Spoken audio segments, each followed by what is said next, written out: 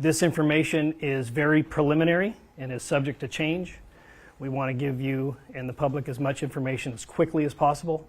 So at approximately 1:21 p.m. this afternoon, we received reports of a fire on the east side of Canfield Mountain. Fire assets responded to the scene, and at approximately 2 p.m. this afternoon, it was reported that firefighters were receiving shots fired at them. We now have 2 deaths. We have an unknown amount of casualties. We still have civilians that are coming off of that mountain. We might have civilians that are stuck or in shock on that mountain. So this is a very, very fresh situation. We are actively taking sniper fire as we speak. This is an active situation. We have multiple agencies that are on scene from local and federal authorities, and we are prepared to neutralize this suspect who is currently actively shooting at public safety personnel. We are prepared to neutralize this suspect as quickly as possible. And that's really all that we know as of right now. We don't know who the suspects are. We don't know how many there are. So I know that it's very, very, very early, and I don't think that any questions would yield anything. We are following breaking news tonight. Multiple firefighters have been shot in Idaho, and at least 2 people are dead. This is happening in Coeur d'Alene at Canfield Mountain, a park with hiking and bike trails. This is right on the border between Washington State and Idaho. Officials say firefighters were responding to a brush fire, and officials just had a press conference a little while ago where the sheriff said law enforcement officers are still actively taking rapid sniper fire.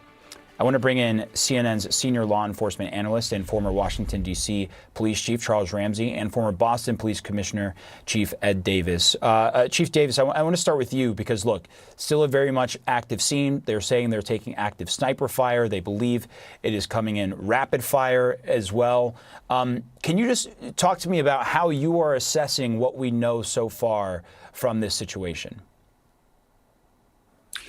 Hi, Omar. Certainly.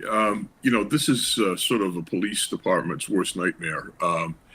You have someone in a heavily wooded area, and they're a distance away from any populated locations. So you have to move assets into the area to respond to the threat. And our SWAT teams are very well trained. They can operate in any kind of territory, so they're not unused to operating in a wooded area. We had a similar type incident in New Hampshire about 20 years ago where the police responded very quickly and effectively. But you really need to have air assets and the ability to move in what essentially are ground troops to go after something like this. This is more a military operation than the typical police SWAT response that we're used to. And Chief Ramsey, just on that point, trying to bring in additional resources, what are the conversations like right now if you are the local police chief, you're the local sheriff, and you are trying to get additional resources in? What are you calling in? What helps in a situation like this? Well, jurisdictions train together and they have mutual aid agreements. This is close to the border near Washington, so I'm sure they probably have reached out that far to try to get some additional assets. You have federal agencies that are responding, so they're going to have a lot of assets available to them. Problem is, as Ed mentioned, it's very difficult. This is a heavily wooded area. You have at least one shooter. And again, the sheriff didn't mention whether or not they were getting sniper fire simultaneously in different directions, or could this be one person changing positions and firing from different positions to give the appearance that there's more than one shooter. There's a lot of unknown questions, and I imagine you have some wounded people there that cannot be evacuated because of the dangers. So this is a very dynamic scene. They'll be using air assets, they'll be using ground, they'll be using dogs, they'll be using everything at their disposal to try to zero in on this person or persons that are responsible for this. But this could go on for a while, unfortunately. And as it gets dark, it becomes even more challenging. And just to give our audience an idea of the urgency of the situation, we were listening to the local sheriff there earlier, who said, quite literally, "I'm hoping someone has a clear shot." That is the level of consideration where they are right now as they try to identify, again, if it's one shooter if that's changing locations, as Chief Ramsey just laid out, or if it's multiple shooters firing from different locations. It is really in an evaluation stage right now, trying to figure out what the situation actually is. And Chief Davis, look, a shelter-in-place order is in effect, but I can imagine some of the major considerations here when you're trying to secure a scene is also trying to make sure the scene doesn't spill over into civilian areas, into residential areas, trying to sort of contain, I guess, that level of danger. What are those conversations typically like at this stage in an incident like this? And I guess, where do you start on that front? Well, it's very similar to things that we've seen in the past, and one of the big issues, as Chuck said, bringing in air assets for command and control could be an extremely important part of this. I've seen a helicopter on scene already, but the big thing is trying to lock this place down. You don't want this guy to somehow escape from the area.